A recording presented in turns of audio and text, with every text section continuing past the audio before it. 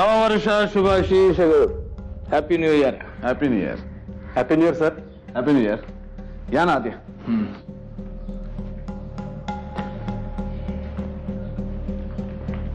या ना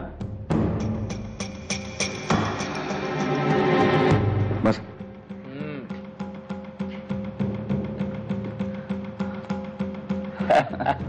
बसा. देवयानी असं काय म्हणाले राज ज्योतिषी? आपल्या घरावर खूप मोठं संकट येणार आहे, खास करून आदित्यराजेंवर. आणि हे सगळं त्या देवयानीमुळे घडतंय. देवयानी? तिचा काय संबंध? ती मुलगीच जबाबदार आहे आमच्या आदित्यराजेंच्या वाताहतीला.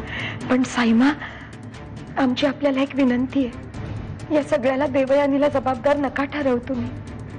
तिचा काय दोष आहे? जे काही विक्रम भाऊजींच्या नशिबात लिहिलंय तो त्यांच्या ग्रहांचा दोष झाला. आमच्या मते सुज्ञपणाचं हेच ठरेल की आपण राजज्योतिषींना विचारावं की या सगळ्यावर उपाय काय आहे.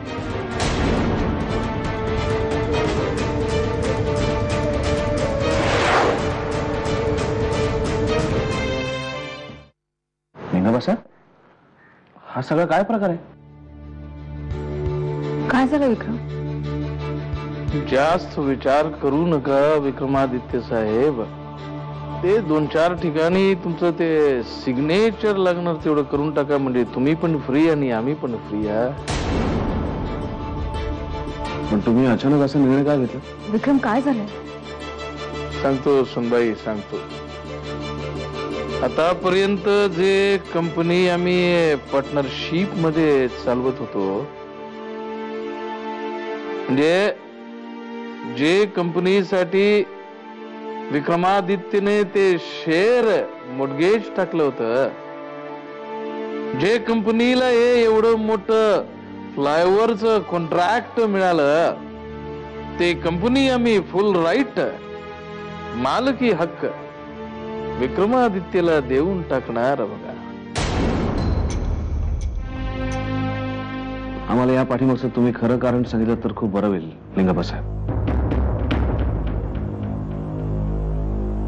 न्यू इयरच्या आधी आम्ही आमच्या त्या ज्योतिषाला दर वर्षाला आमचं कुंडली दाखवून येतो. बघा, ते जे सांगणार ते आम्ही फॉलो करतो. या वेळेला त्याने सांगितलं की ते येणार वर्ष आमच्यासाठी व्हेरी बॅड, बरोबर नाही म्हणलं. ते शेवटी आपलं कंपनी पार्टनरशिप मध्ये आहे. हो, आहे का नाही?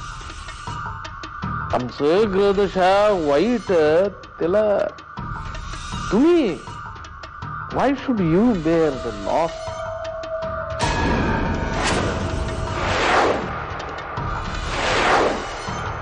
That's why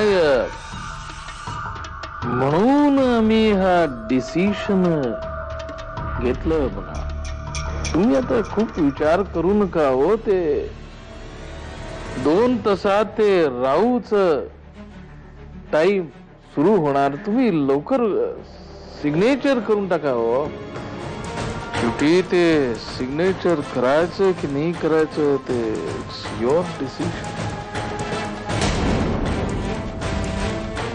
रणवीर राजे शिर्के बोलतोय.